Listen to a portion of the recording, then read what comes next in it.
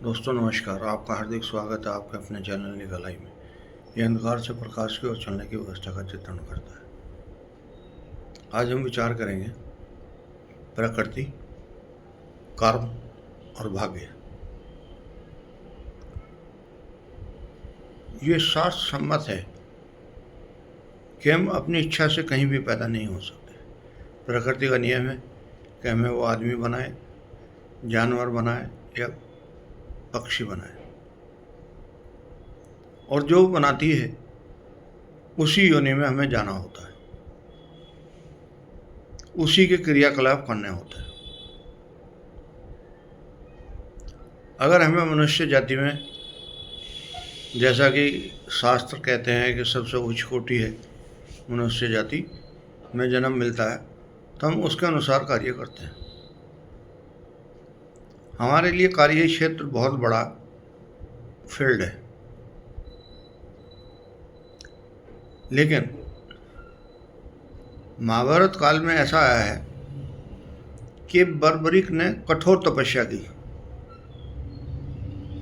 और केवल 3 साधनाएं की। एक साधना में वो पूरे पेड़ के पत्ते आइडेंटिफाई कर सकता था, दूसरी साधना में वो उनको सबको ख़त्म कर सकता था, और तीसरी साधना में प्रलय कर सकता था। उस समय अगर हम मूल्यांकन करें तो उससे बड़ा कोई योद्धा नहीं था,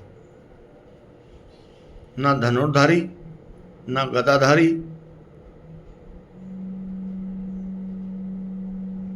लेकिन ईश्वर कुछ और ही चाहते थे, इसलिए उनका नाम सुदर्शन रखा गया।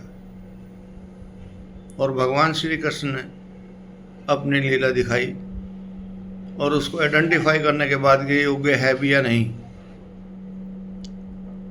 उसको इस बात के लिए तैयार कर लिया कि वो अपना सिर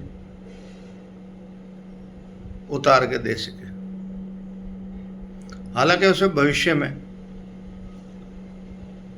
ये वरदान मिला कि वो नेक्स्ट जन्म में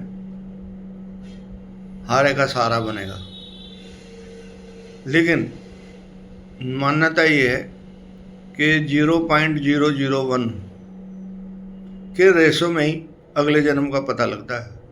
अदरवाइज किसी को नहीं पता कि उसने पिछले जन्म में क्या किया क्या नहीं किया।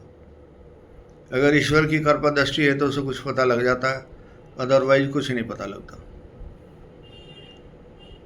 इतनी तपस्या करने के बावजूद भी उसको फल नहीं मिला, क्योंकि भगवान ने अपनी लीला से उसकी सारी रिद्धि सिद्धियां एक क्षण में खत्म करा दी। तो सच्चाई ये है कि मनुष्य के पास कुछ भी नहीं है, और अगर कुछ है तो सिर्फ ये है कि जितनी साधना करे उतनी समर्पित कर दे, ताकि उसको ये मलाल न रहे कि मैंने इतना किया था और मुझे कुछ नहीं मिला। और यही मानव दृष्टिकोण है। बिना भेदभाव के साधना करता रहे और ईश्वर को समर्पित करता रहे तो उसका कल्याण हो जाएगा। और ये उसका कल्याण जन कल्याण के लिए होता है, अपने लिए नहीं होता, जन कल्याण के लिए होता है, और जन कल्याण में उसका भी कल्याण हो जाता है। ये ईश्वर की मायाएं हैं जो हमें अपने अनुसार चला रही हैं, और हम खुश ये हो रहे हैं कि हम ये कार्य कर रहे हैं, हम इतने काबिल हैं कि हम ये काम कर सकते हैं, लेकिन सच्चाई कुछ और ही है। और ये सच्चाई प्राप्त करने के लिए आपको साधना करनी पड़ेगी। और साधना किस चीज़ की करनी पड़ेगी? कुछ जाप करना पड़ेगा, कुछ ध्यान करना पड़ेगा, कुछ कर्म करना पड़ेगा। और जब ये स्थिति संपूर्ण हो जाएगी तब ईश्वर अपनी मर्जी से आपको यथाउचित साजो सामान, सम्मान और उच्च कोटि का दृष्टिकोण देते चले जाएंगे। यही जीवन का अंत है और यही जीवन का प्रारब्ध है।